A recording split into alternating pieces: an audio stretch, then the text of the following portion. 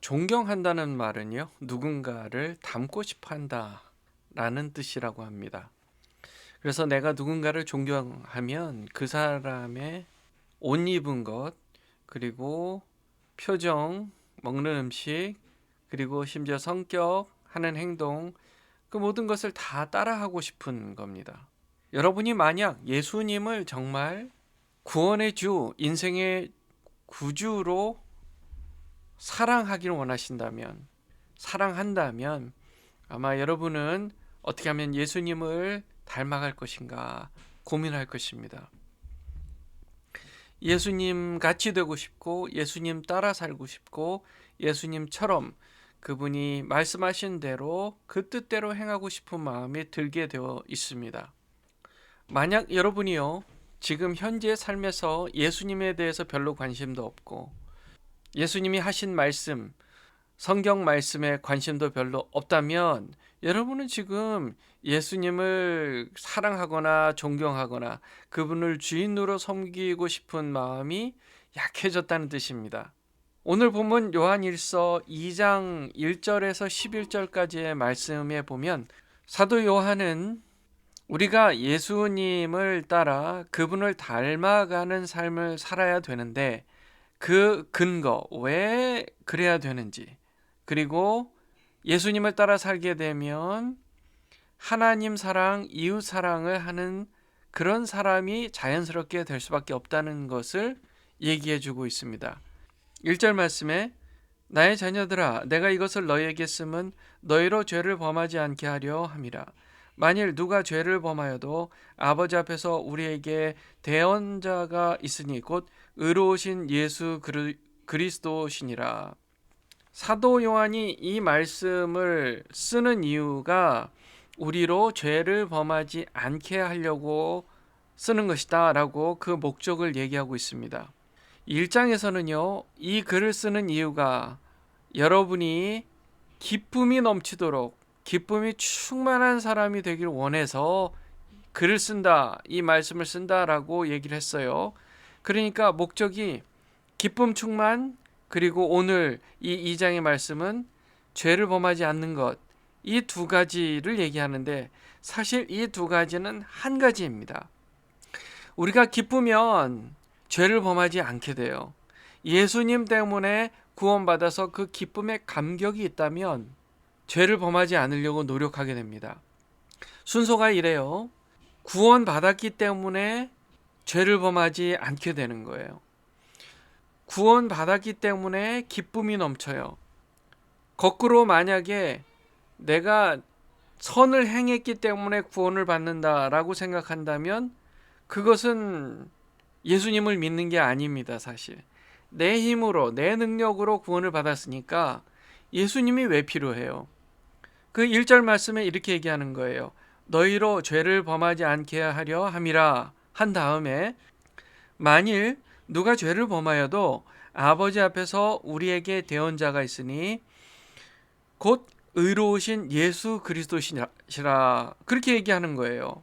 그러니까 죄를 범하여도 의로우신 예수님이 계셔서 살 수 있다, 구원받을 수 있다라고 얘기를 하는 거예요. 순서가 그렇다는 거예요. 예수님을 믿고 구원받았기 때문에 선을 행할 수 있게 된다 라는 겁니다. 여러분 꼭 기억하세요. 2절 말씀에 그는 우리 죄를 위한 화목제물이니 우리만 위할 뿐 아니요 온 세상의 죄를 위하심이라. 예수님이 어떤 분이에요? 화목제물이 되셨습니다.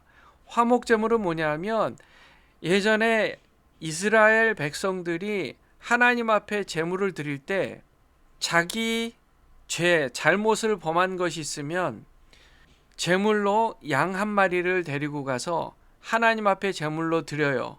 그러면 그 제물이 대신 죽음으로써 내가 지은 죄의 벌을 대신 대속하는 겁니다.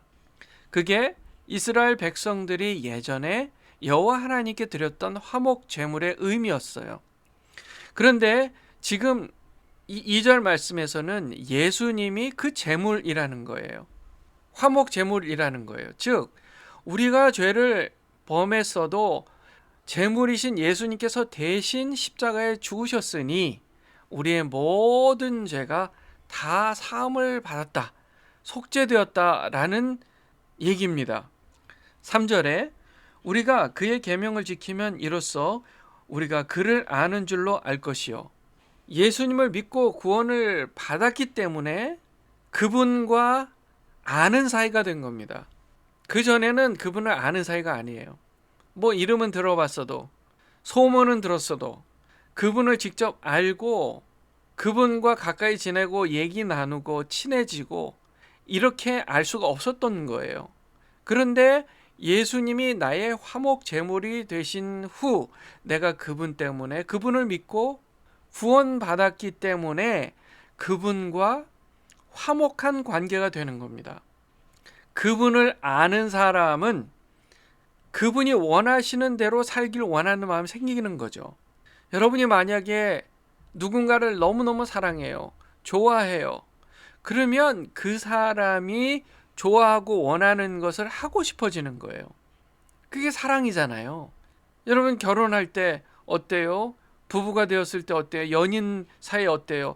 서로 사랑하니까 원하는 거 다 들어주고 싶잖아요. 제가 예전에 어떤 분 얘기를 듣다가 간증을 하는데, 자기는 자기 아내와 결혼하기 위해서 돈을 썼는데 한 집 한 채 값은 썼을 거라고 얘기를 하더라고요. 근데 하나도 안 아까웠대요. 그 정도로 먹고 싶은 거, 입고 싶어 하는 거, 그리고 하고 싶어 하는 것들을 하기 위해서 비용을 다 내주고 하는 것을 그냥 기뻐했대요. 행복하게 생각했다는 거예요.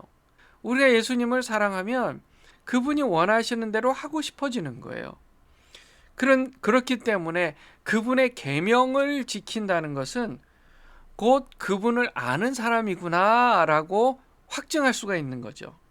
4절에 그를 아노라 하고 반대로 그를 안다고 하면서 그의 계명을 지키지 않으면 거짓말하는 거다, 진리가 그 속에 있지 않는 거다 라고 얘기하는 겁니다. 그러니까 안다고 하면서 하나님 말씀에 별로 관심이 없어요? 그분이 뭘 좋아하는지, 주님이 뭘 생각하고 있는지, 어떤 것을 의도하고 계시는지에 대해서 관심이 없어요? 그러면 그분을 안다고 얘기할 수가 없어요. 어떤 부부들 이야기 들어보면요, 아이고 50년을 살았는데도 아직도 저 사람에 대해서 모르는 게 있는 것 같다, 매일 더 알게 된다 라고 얘기하시는 분들도 있어요. 저는 그게 정상이라고 생각합니다.